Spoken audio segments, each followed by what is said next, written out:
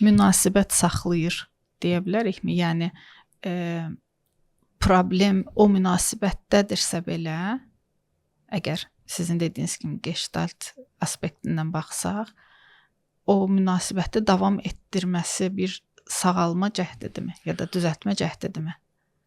Münasibətdə bir sənə demək istəyirəm, bu dediyimi bəlkə biraz aydınlıq gətirim. Yəni məsələn, qadın depressiyası var. Onun həyat yoldaşı onu zorla bayıra çıxartmağa başlayır. Aktivləşdirməyə çalışır ki, yox, qalmaq olmaz, dur gedək, dur buna gedək, bunu elə, yeməyə baxaq, bir yerdə yemək bişirək, bayıra çıxaq, gəzək. Yəni elə bil ki, onun yoldaşı onun depressiyasını qəbul eləmir və bu belə bir qütüb kimidir. Ki, yəni yoldaşının onun depressiyasını qəbul eləməməsi və onun hissini öz içərisinə buraxmaması qadının depressiyasını ağırlaşdırır. Yəni mən təkəm, hələ mənim yaxınımdır, məni bu yerdə başa düşmür.